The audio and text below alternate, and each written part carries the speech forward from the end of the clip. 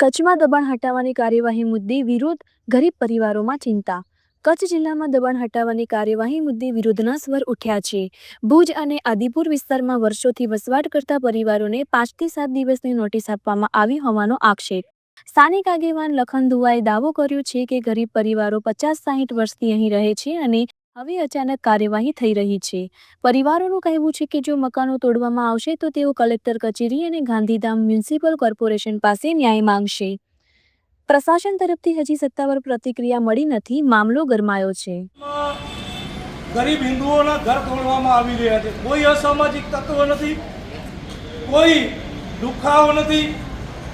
જે અસામાજિક તત્વ અને લુખાઓ છે એમને તંત્ર દ્વારા સાચવવામાં આવે છે અને સફાઈ કામદારો જે ભુજ નગરપાલિકામાં આખા ભુજને સાફ રાખે છે એવા લોકોના રોડ પહોળા કરવાના નામ ઉપર એમના ઘર તોડવામાં આવી રહ્યા છે. એ સંદર્ભે આજે કલેક્ટર સાહેબને લેખિત રજૂઆત કરવામાં આવી છે.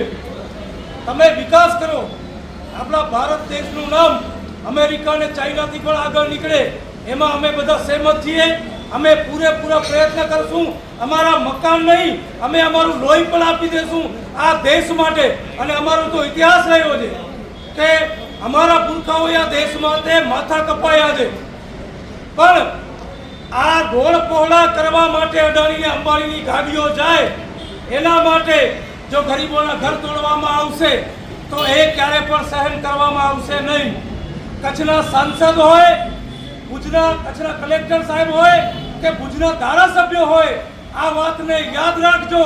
આ તમને વોટ આપવાવાળી પ્રજા છે. આમણે કોઈએ કોંગ્રેસ કે ફલાણી કે ઢીકડી પાર્ટીને નથી આપ્યા. આ ભાજપના વોટરો છે.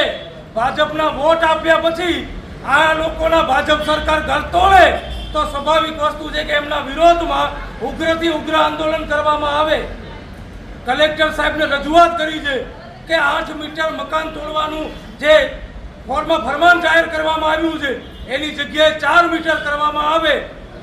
એમ નથી કહેતા કે મકાન ન તોડો, વિકાસના નામ ઉપર જે કરવું હોય કરો, પણ છત ન જવી જોઈએ, મકાન ખાલી ન થવા જોઈએ. આગળના ભાગનું લઈ લો, પાછળ રહેવા માટે મૂકી દો. અથવા હજી 6 મહિનાનો સમય કલેક્ટર સાહેબ, સાંસદ સાહેબ અને ધારાસભ્ય શ્રી લે અને 6 મહિનામાં અલગ ભુજમાં એક વ્યવસ્થા કરી આપે આખા ફળિયા માટે. સરકારી 100 ચોરસ વારના પ્લોટ આપો. જો એ ન થાય તો મકાન કોઈને તોડતા નહીં. જો મકાન તૂટશે તો જેટલા લોકોના મકાન તૂટ્યા છે બધાને જે પણ ઘરની સામગ્રી છે બધી કલેક્ટર ઓફિસમાં આવશું. આ સરકારી ઓફિસ છે, આ જનતાના ટેક્સથી ચાલતી ઓફિસ છે. માટે અહીંયા કને હશું અને અહીંયા કને ડેરા ડાલશું, અહીંયા કને છત બનાવશું. એટલે કચ્છના સાંસદ, ભુજના ધારાસભ્ય અને કચ્છના કલેક્ટર શ્રીએ એ જ વિનંતી છે કે ગરીબ હિન્દુઓને મારવાનું બંધ કરો. આજ તમારા વોટર છે. હમણાં સ્થાનિક સ્વરાજ્યની ચૂંટણી આવશે, ચમત્કાર મળી જશે. એથી સારું છે કે જ્યાં રહે છે ત્યાં કને એમને રહેવા આપો અને કોઓપરેટ કરવા તૈયાર છે તો જે આરોપો કહે એવી રીતે કોઓપરેટ કરવા વિનંતી છે.